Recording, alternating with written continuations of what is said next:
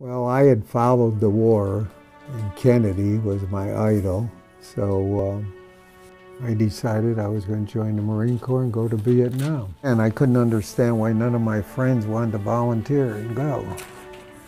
They thought I was nuts. And once I got to boot camp and they found out I had 5 years of college, they said, "You're going to officer school." I said, "Oh, no, I'm not. I'm in for 2 years and I want to go to Nam."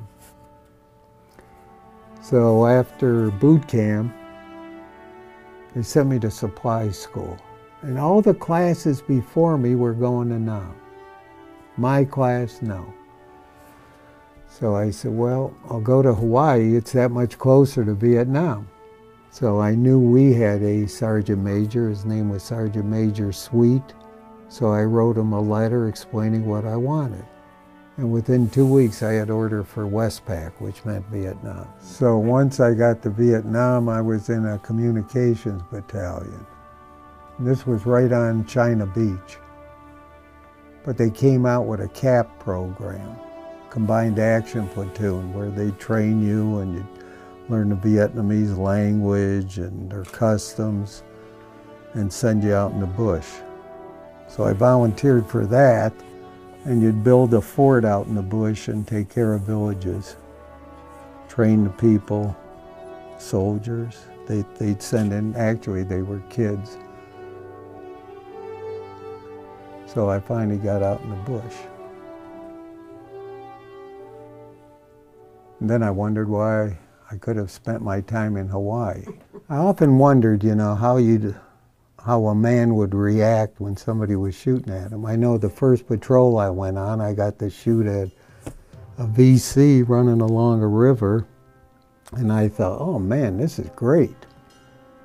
Of course, he wasn't shooting back.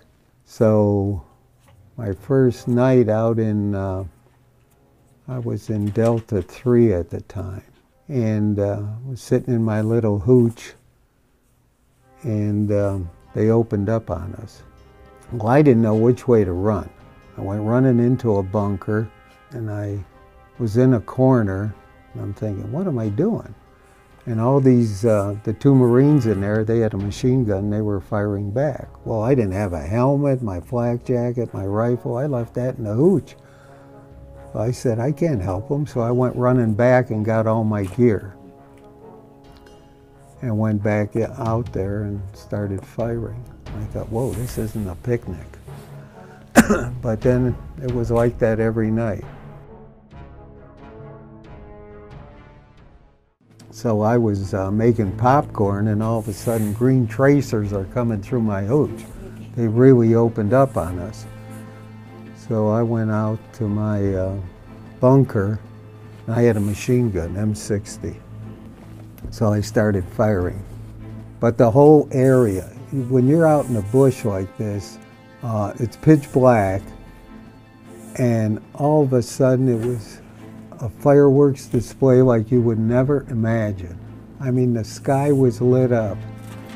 So I knew it was something big going on. At the time, I didn't realize it was the start of the Tet Offensive.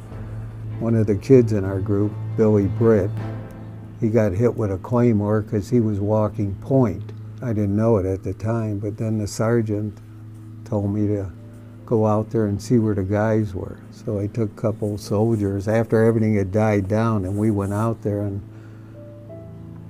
I found Billy laying in the road, face down.